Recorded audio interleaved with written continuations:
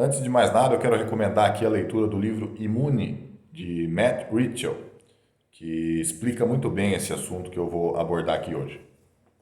Bom, olha só o que diz o volume 29 do periódico The British Journal of Homeopathy, né, o Jornal Britânico de Homeopatia, publicado em 1872. Abre aspas. Dizem que a febre dos senos é uma doença aristocrática, e não há dúvida disso, pois, se não está quase que restrita às classes mais altas da sociedade, é raro, se é que existe, um caso em que tenha infectado uma pessoa sem estudos. A febre dos fenos é um nome genérico para certas alergias que são ocasionadas por partículas que são transportadas pelo ar, como por exemplo o pólen, a poeira e etc. Esse nome, febre dos fenos, foi originado pela alergia que as pessoas tinham ao pólen que vinha dos fenos, né, das gramíneas. E os cientistas lá da época desse estudo já começavam a perceber que certas doenças eram mais frequentes nas classes mais ricas da sociedade. E aí, em 1989, mais de um século depois, foi publicado no BMJ, que é uma publicação médica britânica, o artigo intitulado High Fever, Hygiene and Household Size, ou seja, febre dos fenos, higiene e tamanho das famílias, era o nome do artigo. O autor analisou a prevalência de febre dos fenos entre 17.414 crianças, todas nascidas em março de 1958.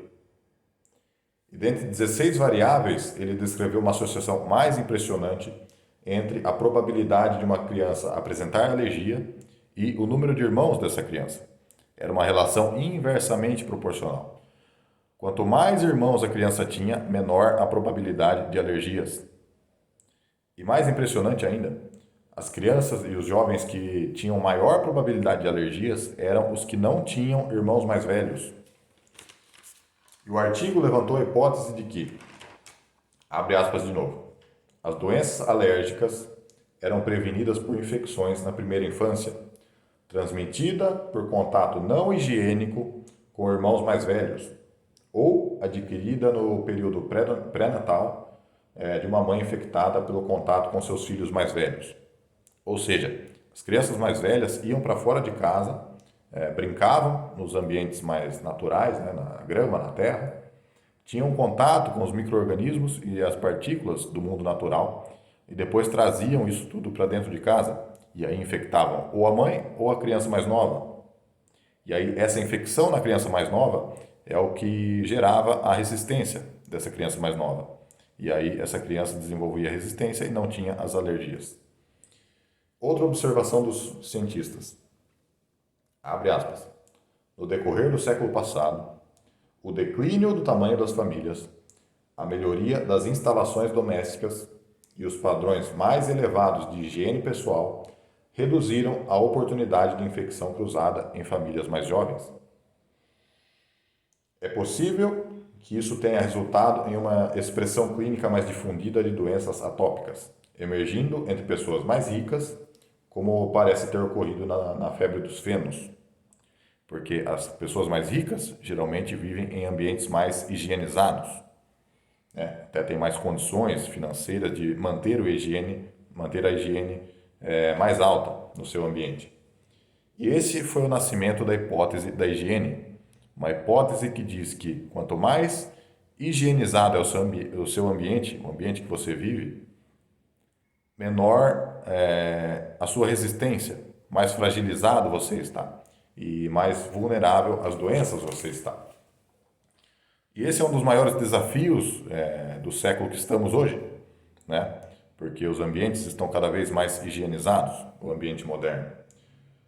Como um organismo que foi projetado pela natureza e pela evolução para viver em um ambiente natural, repleto de micro-organismos e de partículas que causam aí as alergias, né, hoje em dia nas pessoas, pólen, poeira, terra, etc. Como que esse organismo vai viver de uma maneira saudável em um ambiente totalmente esterilizado, se ele foi projetado para viver em um ambiente natural, em contato com os micro-organismos e todas essas partículas? Então, se você não tem alergias, agradeça aí ao seu irmão mais velho, porque possivelmente foi ele quem foi brincar para fora de casa, né? E depois trouxe para dentro de casa todas essas partículas e micróbios, te infectou e te tornou mais resistente a essas mesmas partículas e micróbios. E se você é rico e se orgulha aí da sua casa totalmente brilhante e desinfectada, tenha cuidado, pois a sua imunidade pode estar prejudicada.